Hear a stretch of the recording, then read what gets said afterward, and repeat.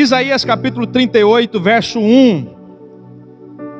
Diga assim comigo: põe em ordem. Vamos lá, põe em ordem a tua casa. Glória a Deus. A palavra de Deus nos diz assim: por esse tempo Ezequias adoeceu de uma enfermidade mortal. O profeta Isaías, filho de Amós, foi visitá-lo. Ele disse: assim diz o Senhor, ponha em ordem a sua casa, porque você morrerá e não vai escapar. Diga amém. Feche seus olhos aí no teu lugar. Senhor, fizemos aqui a leitura deste verso, e o nosso desejo, o nosso pedido é que o Senhor venha continuar a falar ao nosso coração. Nós amamos ouvir a tua voz. A nossa alma deseja ouvir a tua voz. O nosso coração anseia por ouvir a tua voz. Fale conosco, Deus. Fale ao nosso coração, Senhor.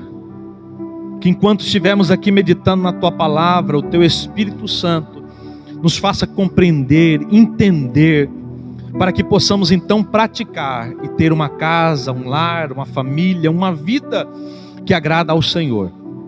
Esse é o desejo do meu coração nesta noite, ó Pai. Que venhamos por mais uma vez ser alimentados na tua palavra, fortalecidos na tua palavra, para que o teu nome seja glorificado em nossas vidas, em nome de Jesus. Amém e amém, Jesus. Amém, queridos. Uma história muito conhecida, todo o capítulo de Isaías 38.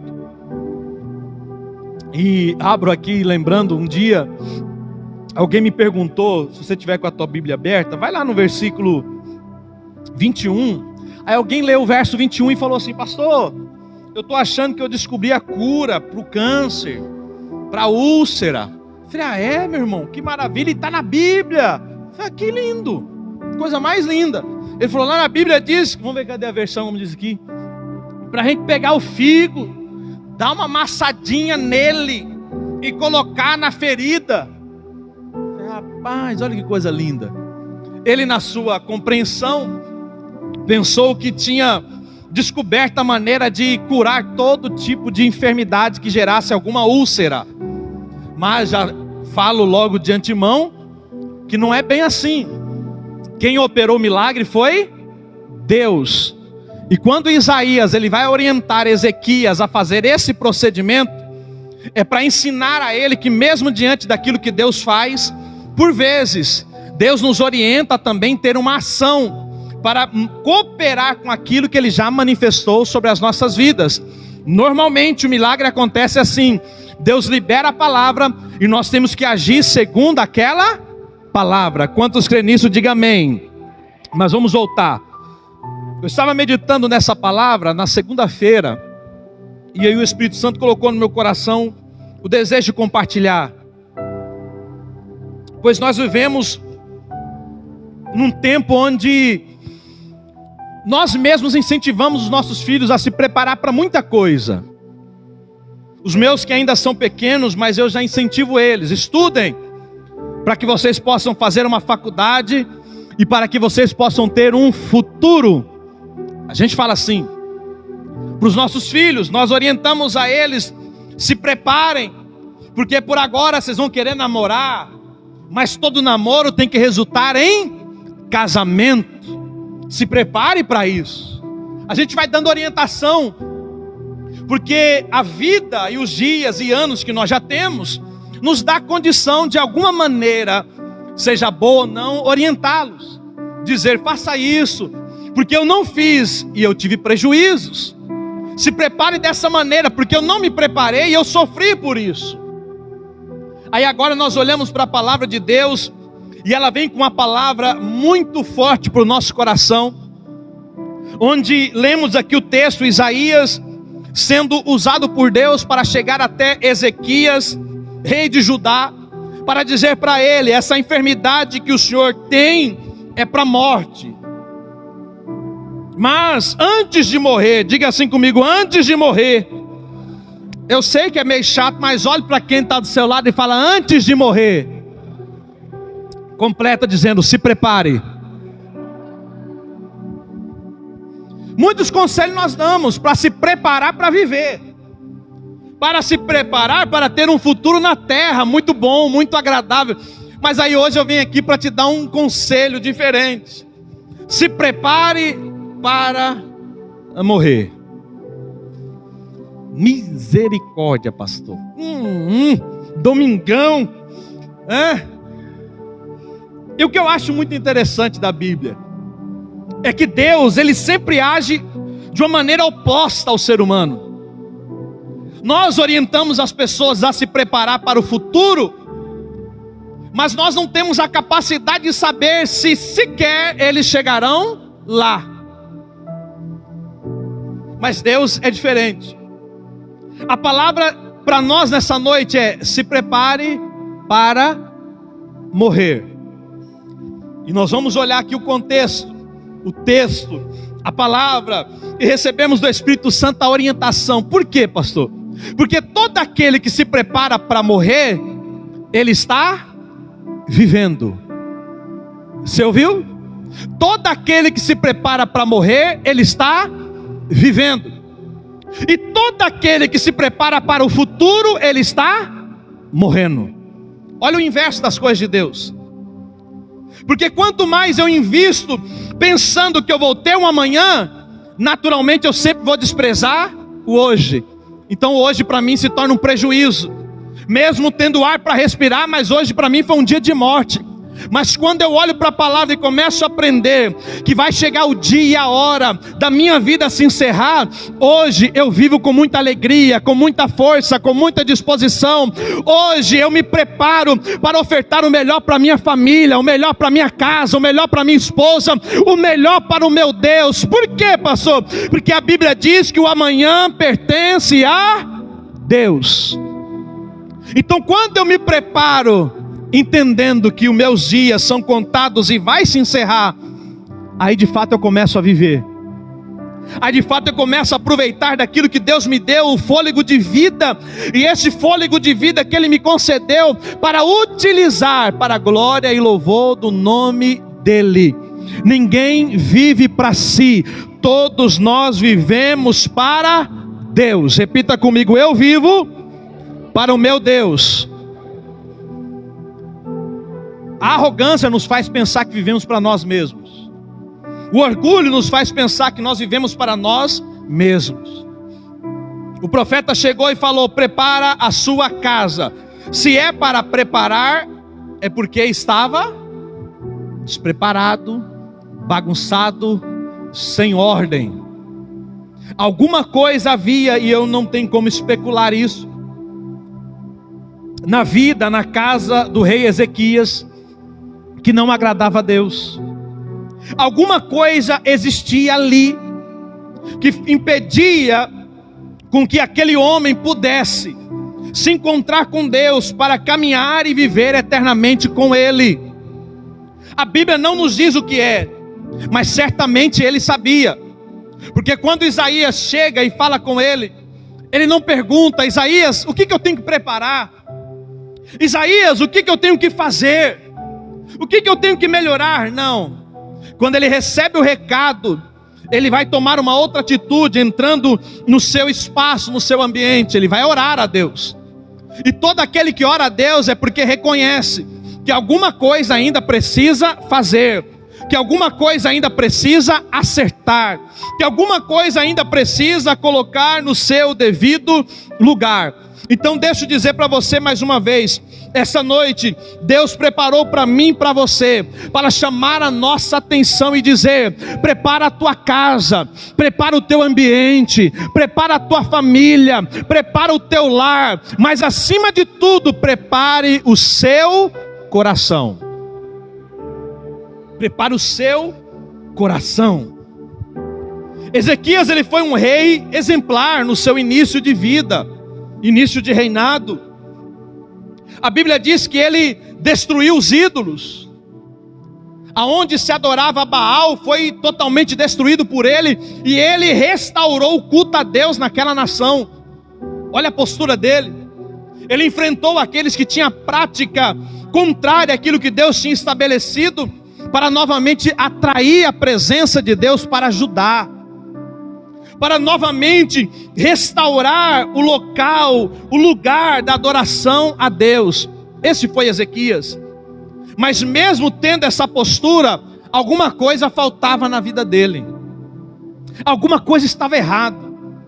Porque eu entendo muito bem que se Deus quiser levar um santo dele, não tem necessidade dele dar um aviso: se prepare, coloque em ordem, arrume a casa. Não. Se está tudo certo, simplesmente Deus leva para si.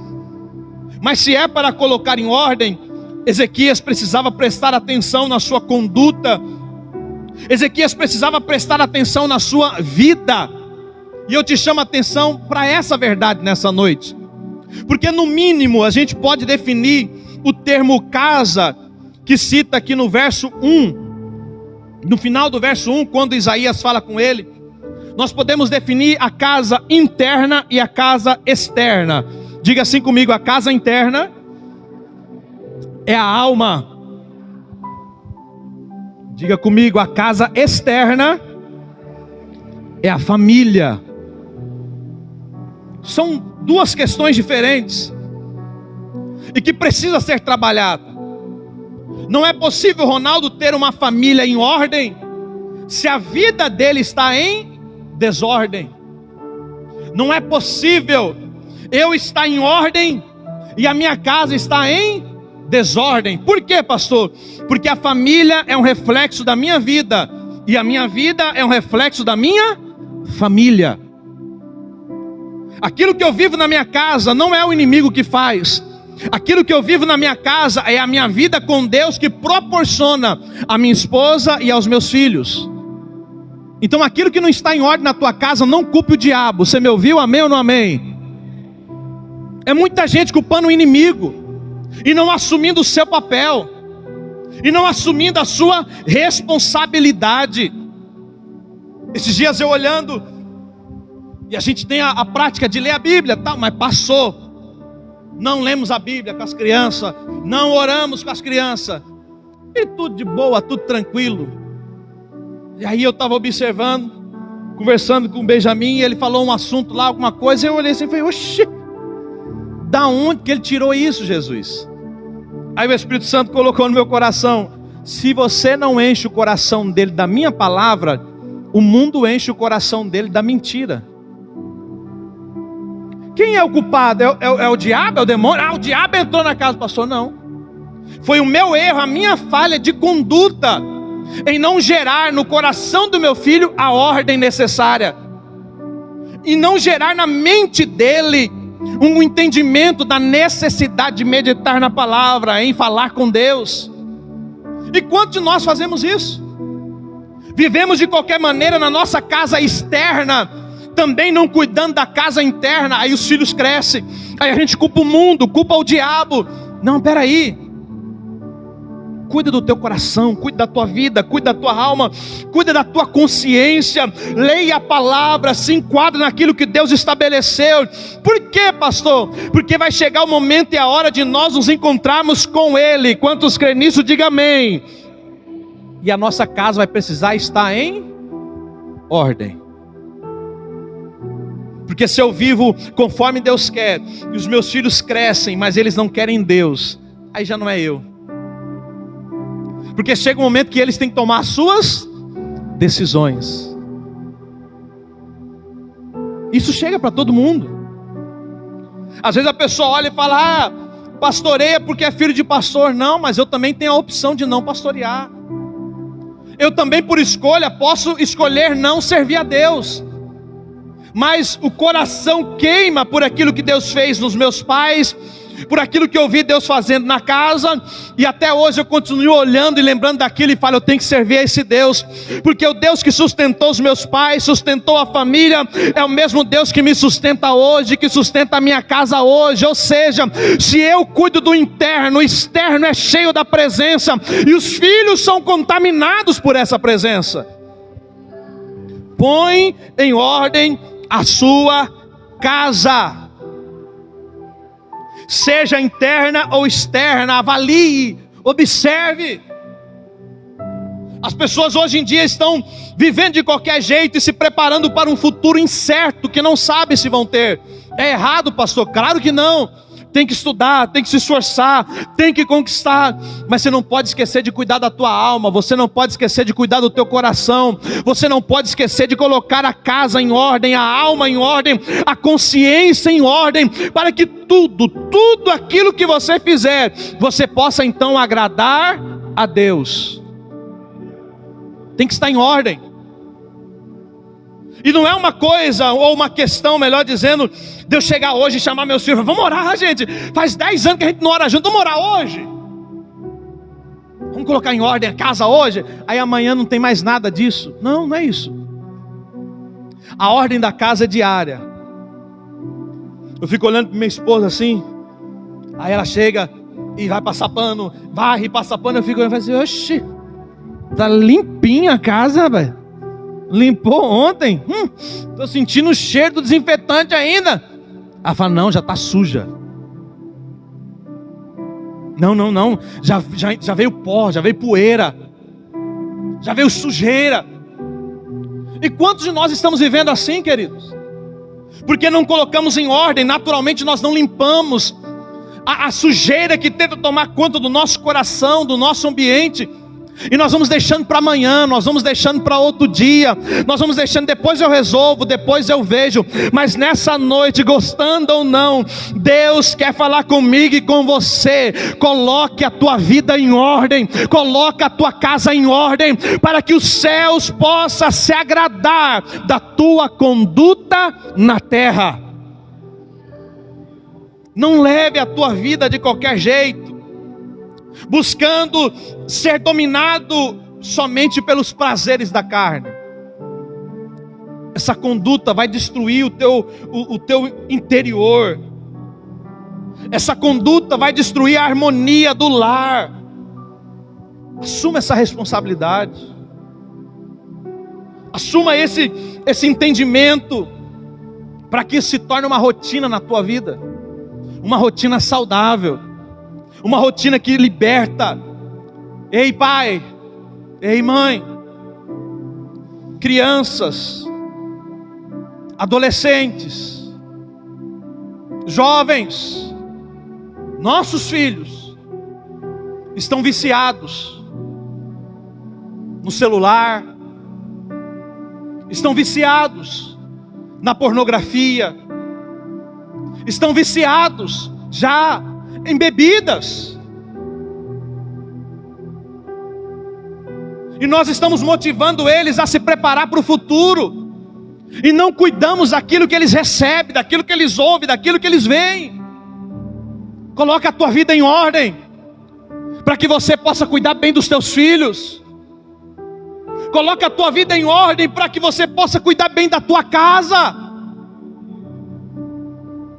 A Bíblia diz que os filhos são herança do Senhor. E como é bom quando alguém cuida de uma herança com muita dedicação, com muito amor.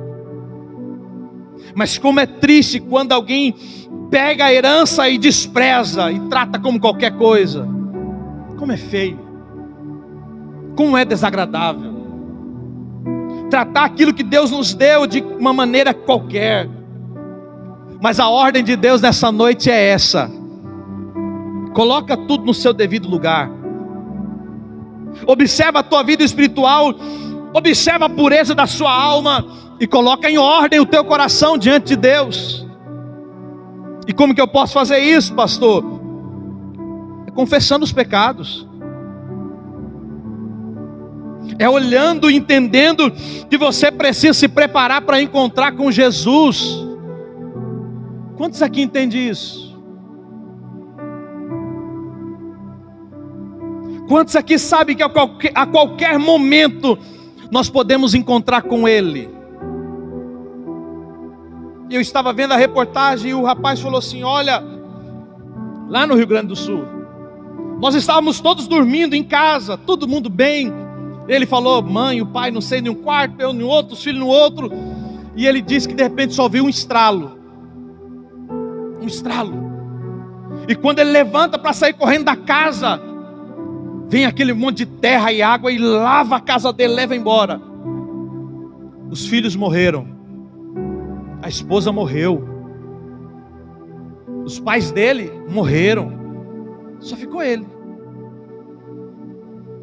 E eu fiquei olhando, ouvindo aquele relato e fiquei pensando, quantos de nós que não estamos preparados para nada, achando que o dia de amanhã está garantido, simplesmente porque hoje nós estamos respirando, e aí nós não preparamos, nós não ensinamos, nós não educamos, e aí por fim nós nem sequer vivemos a vida que Deus nos deu.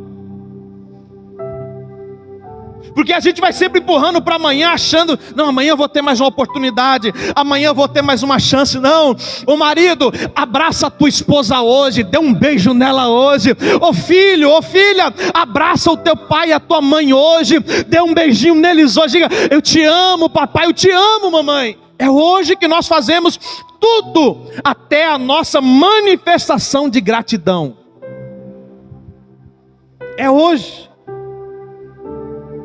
Porque tudo isso vai preparando a nossa vida, todas essas atitudes vai colocando em ordem a casa. Esses dias eu falei para minha filha, ela estava deitada, acho que foi ontem, não sei, e oramos, abracei eles, e aí o Benjamin já veio, dá um abraço, um beijo, e fala, eu te amo pai. E aí eu olhei para a Ju e falei, e aí Ju, você não vai falar que me ama não? Ela está aí ou está lá em cima? Você não vai falar que me ama não? Está lá, né? Ela, eu me amo. Eu, oi? Eu me amo, pai. Oxe, fala direito, meu neném. Ela, eu te amo, pai. Parece bobagem, queridos, mas até isso a gente tem que ensinar para os filhos. Porque o mundo ele vai enchendo tanto o coração deles, as mentes deles, que eles vão pensando que explanar a sua alegria, a sua gratidão, os seus sentimentos é ruim, mas não é. É lindo. E eu olho para isso, porque como eu disse, tem a casa interna e a externa. Eu olho para isso, que no nosso interno, nós temos que declarar a Deus o nosso amor a Ele, a nossa gratidão a Ele, a nossa alegria de servir a Ele, o nosso prazer de estar com vida por causa dEle. E aí eu te pergunto, você fez isso com Deus hoje?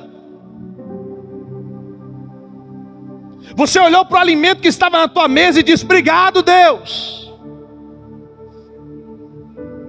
Você que está aqui no templo nessa noite, você já manifestou a tua gratidão por ter o prazer de poder reunir em família para adorar a Deus, para louvar o santo nome dEle? Quando nós fazemos isso, nós estamos colocando as coisas no seu devido lugar. E se está no seu devido lugar, a casa está em ordem. Nós não podemos levar a nossa vida de qualquer jeito, querido. Coloque em ordem a tua vida. Não viva da maneira que você quer, viva da maneira que Deus definiu para que nós venhamos viver.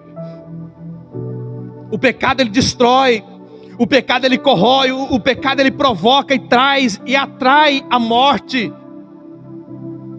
Mas coloca em ordem a tua vida espiritual. Procure identificar aquilo que está fora do lugar e comece a buscar a Deus para viver da maneira certa, da maneira correta. Porque nós não sabemos, querido, o que está nos aguardando. Não é possível, e eu poderia até profetizar e declarar, olha, você vai ter um restante de ano de muita vitória. Quantos creem? Diga amém. Amém. Você vai ter um ano e nós vamos nos ver em dezembro. Quantos creem? Diga amém. Amém. Mas isso é garantido? É garantido que em dezembro nós vamos estar aqui respirando? Você está entendendo? Prepara a tua casa. Porque quando eu coloco as coisas no seu devido lugar, eu começo a desfrutar de uma bênção que eu ainda não desfrutei. Eu começo a viver aquilo que eu ainda não vivi. Isaías chama a atenção de Ezequias dizendo, prepara, coloca em ordem, porque você vai morrer. A Bíblia diz que ele vai orar a Deus, clamar ao Senhor, pedindo vida. Repete comigo, vida.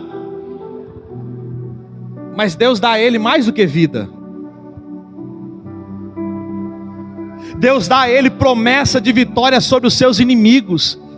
Era Deus dizendo para ele: você vai ver que aquilo que eu estou fazendo é real, porque até quando o teu inimigo vier contra ti, ele vai ser derrotado, ele não vai resistir, ele não vai te vencer. Por que isso, pastor? Porque quando nós colocamos a nossa vida em ordem, não é só vida que nós desfrutamos, mas nós desfrutamos também das promessas de Deus. E aí sim eu posso dizer: Deus tem promessa para a tua casa, Deus tem promessa para a tua vida, Deus tem promessa para a tua família, mas nós só vivemos isso se a nossa vida estiver em ordem.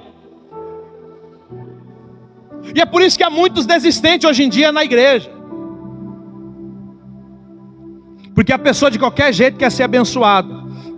E a Bíblia diz, Deuteronômio capítulo 28, se você viver os mandamentos, se você colocar em prática os mandamentos, todas as bênçãos de Deus, dos céus, vai perseguir você. Mas, se você não obedecer, no lugar de bênção vai ter maldição. Eu acho interessante a maneira que Deus age, porque Ele não define se eu vou viver a maldição, Ele deixa escolher. Eu vou escolher o que eu quero viver. Mas para viver bênção, a minha vida tem que estar em ordem. Para viver as promessas, a minha casa tem que estar em ordem. Para viver aquilo que Deus colocou na sua palavra como milagre, o ambiente onde eu convivo tem que estar em ordem, porque Deus não habita e não se manifesta na desordem. A gente olha para a palavra de Deus, Gênesis diz que a terra estava um caos, a terra estava sem ordem, mas a Bíblia diz que o Espírito Santo de Deus pairava sobre a face das... Por quê, pastor? Porque o Espírito Santo, ele estava ali já para trazer ordem. Porque pode estar até escuro, pode estar até esquisito, pode estar até tenebroso, mas se nós buscarmos a presença de Deus, Ele vem. Repita comigo: Ele vem. E aquilo que é caos vai começar a ser liberada a palavra, e a cada palavra que Deus liberava, onde tinha caos, começou a haver o milagre, começou a haver a restauração, começou a haver a transformação. Eu estou dizendo para você, por mais que a nossa vida, a nossa casa pode estar em desordem, se nesta noite você falar para Ele: Espírito Santo, vem sobre a minha vida, porque eu quero viver essa ordem, eu quero colocar minha casa no devido lugar, Ele vai vir sobre a tua vida. E aonde tem o Espírito tem palavra, e aonde tem o Espírito tem milagre, e aonde tem o Espírito Santo de Deus tem transformação de vidas. É isso que nós precisamos, é clamar por Ele, é desejar a presença dEle. Mas avalie a tua maneira de viver, tem que pensar nisso, querido. Nós temos que pensar nisso. Porque se tem uma questão que o diabo está arrancando da mente do ser humano, é essa verdade. Aí muitos estão vivendo do jeito que quer, porque pensam que tem que ser assim, mas não é. Eu ouvi aqui o irmão Cristiano falando sexta-feira, e ele estava com o chicote na mão. Eu não sei quantos estavam aqui, mas ele falou que nós não podemos desprezar as pessoas. Ele falou: como você quer viver em comunhão com Deus, se você não consegue viver em comunhão com teu irmão? Ele estava dizendo que aquele que não consegue na tua casa, que é o primeiro ambiente de comunhão, viver em paz, viver em harmonia, está me ouvindo? Amém ou não amém? Não vai para o céu. Porque o primeiro céu que nós vivemos não é na Nova Jerusalém. O primeiro céu que nós vivemos é em casa. Pastor, minha casa é um inferno. Coloca em ordem. Isso não é o diabo, isso é você. Pastor, a minha casa é um caos. Coloca em ordem, porque está sob você a autoridade. É muito pai se eximindo da autoridade. Quem tem que me respeitar em casa é os meus filhos. E eu tenho que ensinar a eles isso. Eu falo para minha filha, você está crescendo e agora está trabalhando. Falei para ela, você vai pagar alguma coisa aqui dentro de casa, esse dinheiro seu aí. Ah, pai, mas não quero saber. Um monte de pai frouxo que deixa o filho fazer o que quer em casa. Se é para ser assim, não precisa de você como pai, de você como mãe. Nós estamos ali para colocar a vida dos nossos filhos em ordem. É ensinar a eles os princípios certos para viver. É ensinar a eles a conduta correta para viver. Não é de qualquer jeito. Por quê, pastor? Porque a casa é o meu primeiro céu. E no céu não há bagunça. E no céu os anjos não fazem o que querem. No céu os anjos fazem aquilo que Deus definiu. É por isso que você olha para a Bíblia e os anjos estão lá. Um grupo deles cantando: Santo, Santo, Santo. Ah, porque eles querem? Não, porque o dono do céu definiu. Aí na nossa casa de qualquer jeito, enquanto for de qualquer jeito, os nossos filhos também vão viver de qualquer jeito na presença de Deus. Porque é o primeiro nível de céu, de santidade em casa.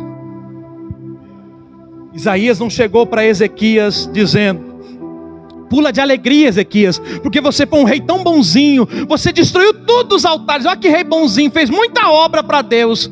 Não, vai colocar a tua casa em ordem, porque você vai morrer. Aí nós não fazemos quase que nada para Deus e estamos achando que diante dele vai ter misericórdia. Meu irmão, acorda.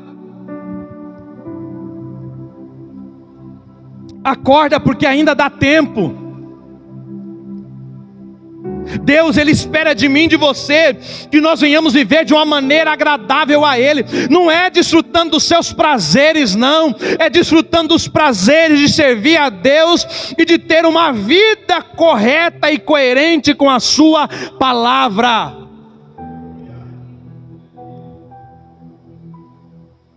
Quem está entendendo, diga amém. É o que tem para hoje.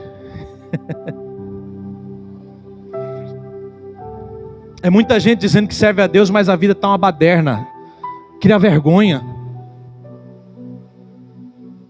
É muita gente servindo a Deus, mas não consegue controlar a língua.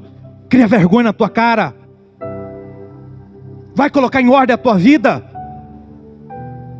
Está achando que o céu é bagunça igual a tua vida? Não é. É muito jovem dizendo que serve a Deus, mas na escola está vivendo de qualquer jeito. Cria vergonha na tua cara e vai viver correto diante de Deus. Coloca em ordem a tua conduta. A ordem de Deus para essa noite, a palavra de Deus para essa noite é essa: se prepare.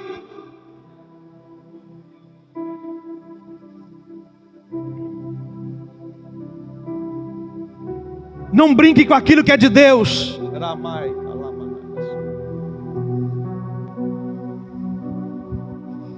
Não brinque com aquilo que é eterno.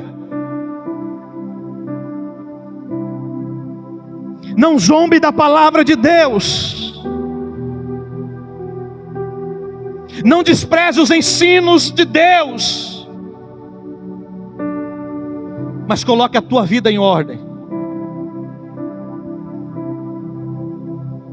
O salmista diz que Deus, Ele escreveu os nossos dias.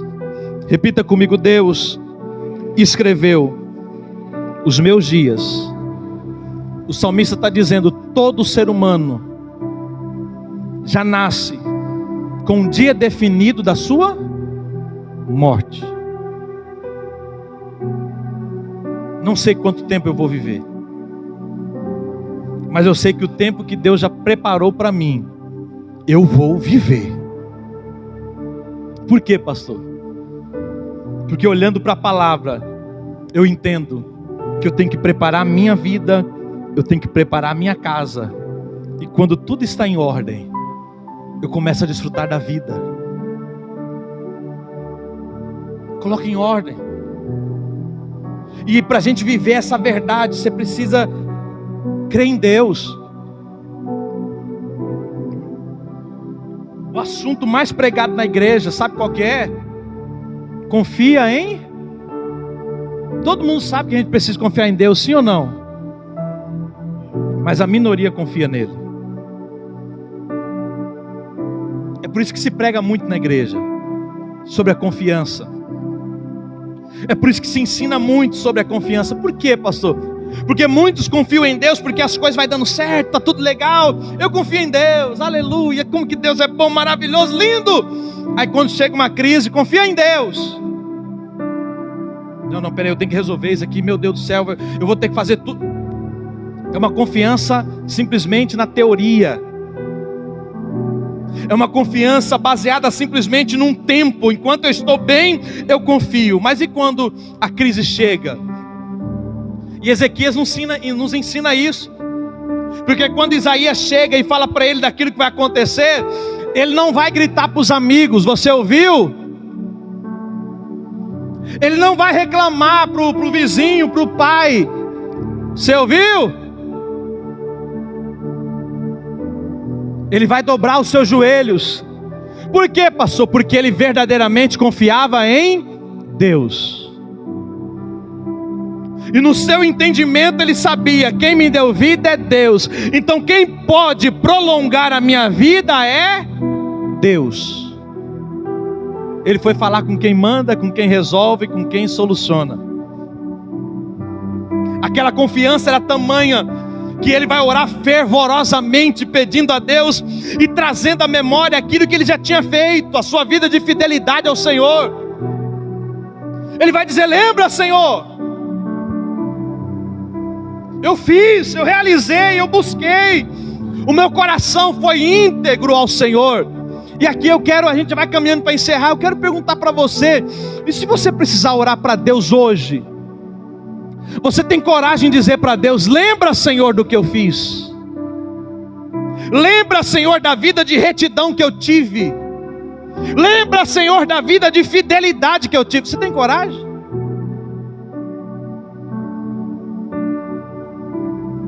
Ou a tua oração simplesmente vai ser pedindo misericórdia? Misericórdia, Senhor, misericórdia, porque ainda eu tenho tanta coisa para fazer, eu não fiz, e a minha vida... Olha como que ele vai orar com fervor, porque até naquilo que ele poderia fazer diante de Deus, ele estava fazendo uma vida. Quando eu olho para aquilo que ele declara e os céus recebem, é uma vida invejável, uma vida que nos chama a atenção a pensar: peraí, se Ezequias estava vivendo desse jeito e Deus falou que ele ia morrer, como que vai ser comigo? Se Ezequias estava vivendo desse jeito e Deus falou para ele colocar a vida dele em ordem, a casa dele em ordem, como é que eu estou? É olhar para a palavra e começar a refletir, querido. É olhar para a palavra e começar a entender: se eu quero viver eternamente com Deus na Nova Jerusalém, eu tenho que ter uma vida de fidelidade, eu tenho que ter um coração íntegro, eu tenho que ter um caminhar reto diante de Deus, os meus olhos têm que contemplar Deus, o meu coração tem que desejar Deus, a minha mente tem que estar cheia da presença de Deus, e não do meu querer, não da minha vontade, dos meus desejos carnais, mas cheio de Deus.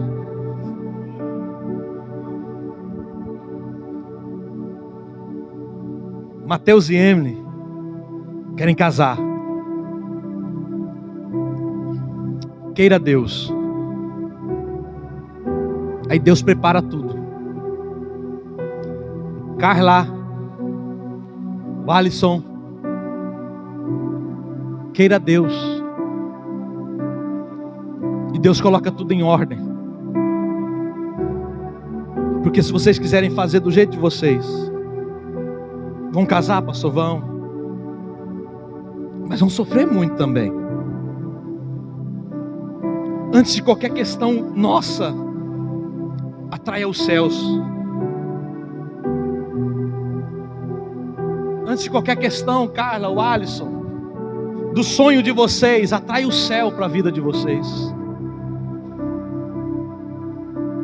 Atrai o céu, porque até naquilo que você pode pensar: mas eu não tenho condição, Deus dá condição. Até nas questões que a tua mente vai pensar, não, eu não posso, porque eu não posso casar, porque eu não tenho como. Não se preocupe com isso. Se preocupe em atrair os céus para a tua vida. Porque quando nós fazemos assim, nós colocamos em ordem. Porque a Bíblia diz que nós devemos procurar, desejar, buscar primeiramente o reino de Deus. Pastor, tanta coisa que falta na minha vida. Esquece o que falta. Coloca a tua alma em ordem. Porque quando nós temos um viver em ordem, nós começamos a andar e a viver alinhado com os céus. Aí aquilo que nós declaramos no Pai Nosso que estás nos céus, seja feita a tua vontade, assim na terra como é no céu. Você já encontrou por aí algum anjo reclamando que está faltando pão lá no céu? Já encontrou por aí algum anjo andando aí aborrecido, dizendo, lá o céu está um caos?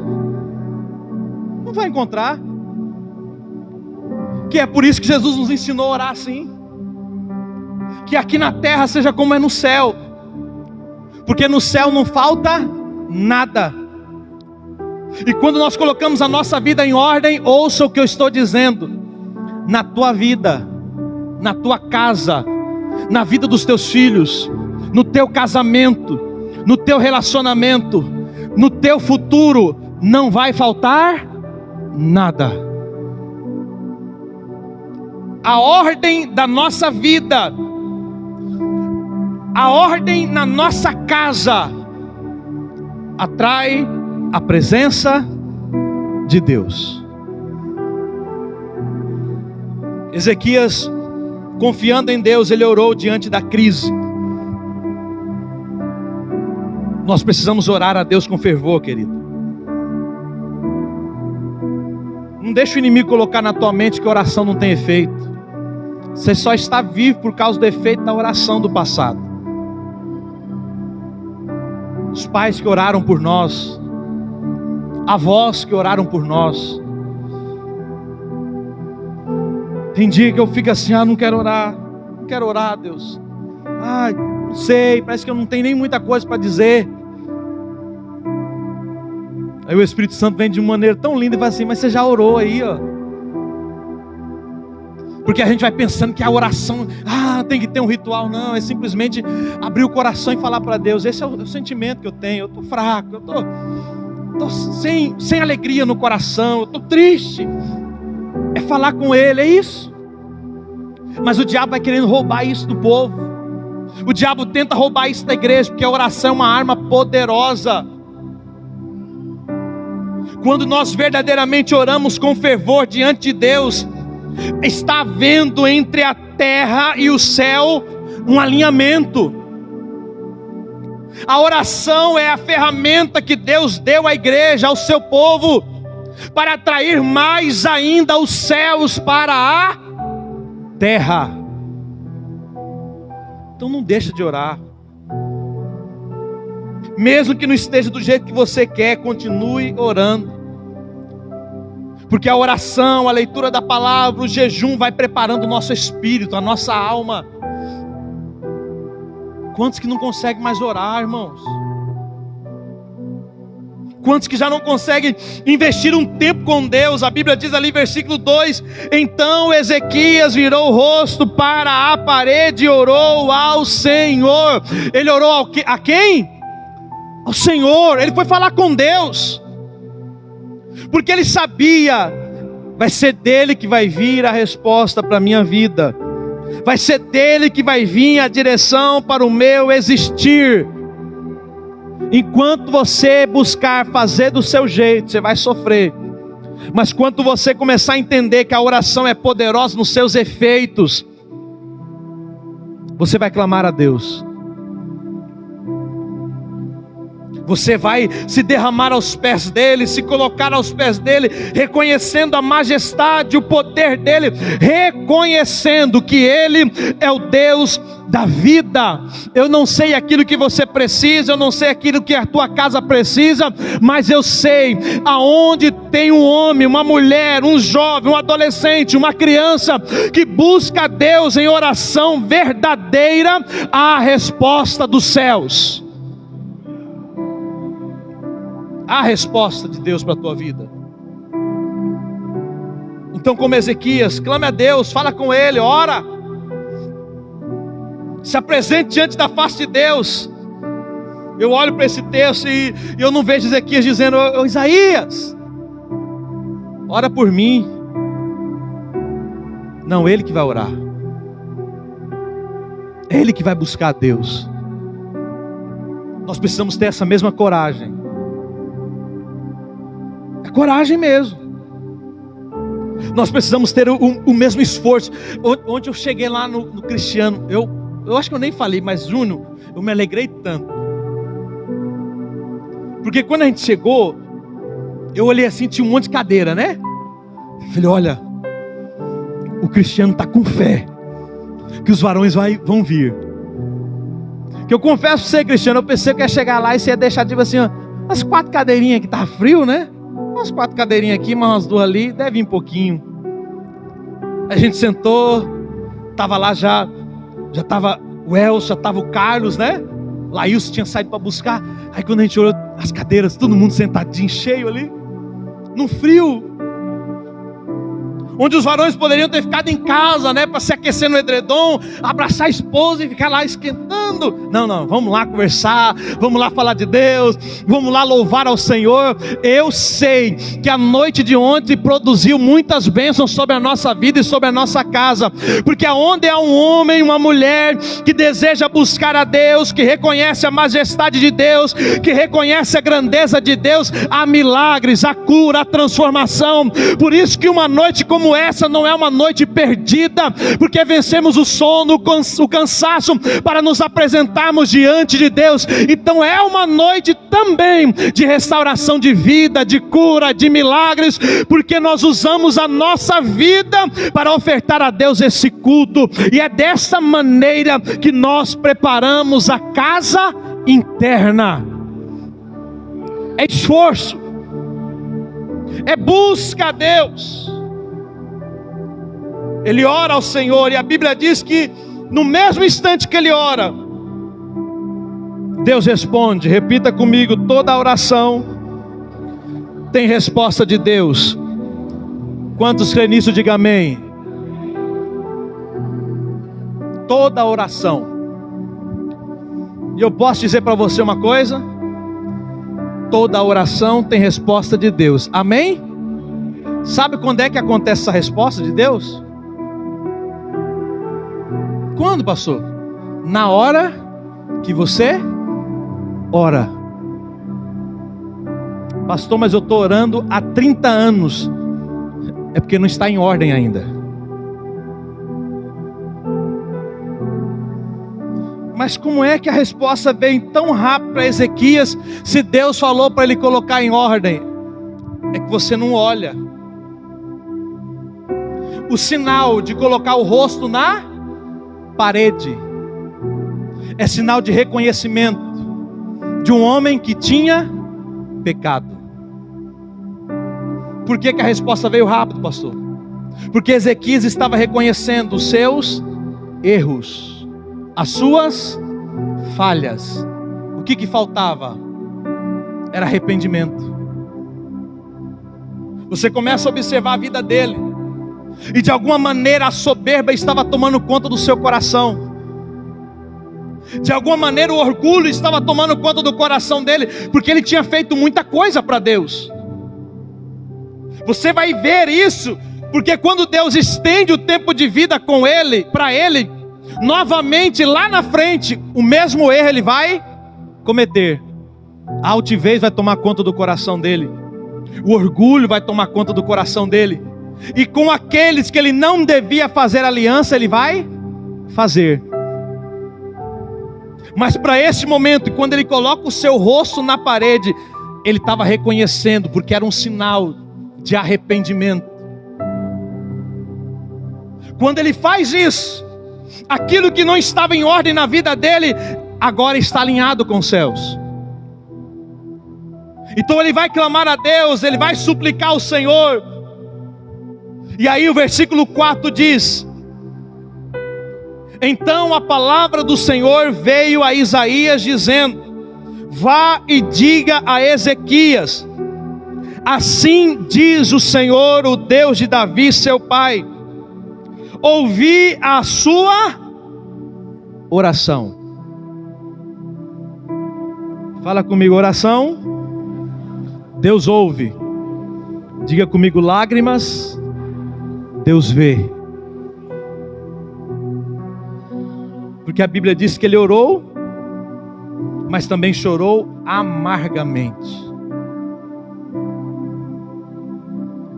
Aí a resposta, Deus falando com Isaías para que ele voltasse lá. Eu acho lindo isso, porque Deus vê cada detalhe, cada atitude, cada ação. Deus poderia falar para Isaías: fala para Ezequias que eu ouvi a oração dele, eu vou curar, não vai morrer não, vai ser acrescentado a ele um tempinho de vida. Mas como a Bíblia diz que Deus, ele não despreza um coração contrito e quebrantado, ele faz questão de dizer a Ezequias: a tua oração eu ouvi. Sabe o que Deus estava dizendo a Ezequias?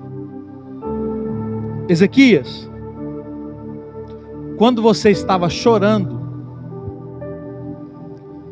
eu estava do seu lado. Como é que você vê alguém chorando? Quando você está próximo. É o salmista dizendo: Deus não despreza um coração contrito e quebrantado, porque essa atitude atrai a presença dele. Esse derramar aos pés de Deus faz com que ele se manifesta no ambiente.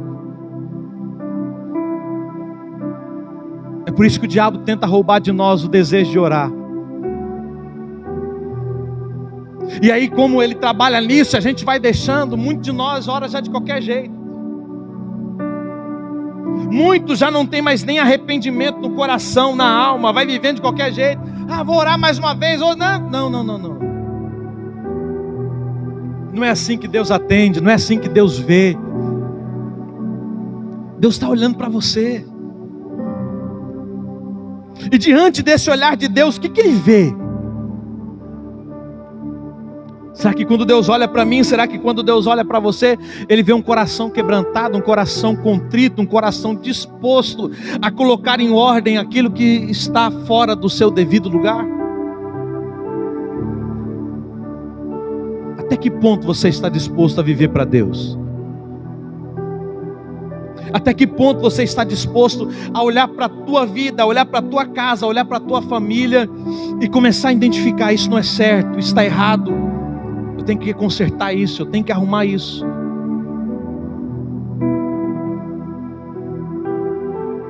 Coloque em ordem a tua vida. Coloque em ordem o ambiente que você convive. Porque dessa maneira você vai viver as bênçãos de Deus. Dessa maneira você vai ter o prazer de viver a restauração de Deus na tua história. E mesmo que de alguma maneira os anos que vieram, os anos que passaram, consumiram muita coisa, diante dessa atitude, Deus restaura, Deus restitui, Deus traz de volta. Para que nós então podemos, mesmo com a consciência de que vamos morrer, nós possamos então viver, mas viver na presença de Deus.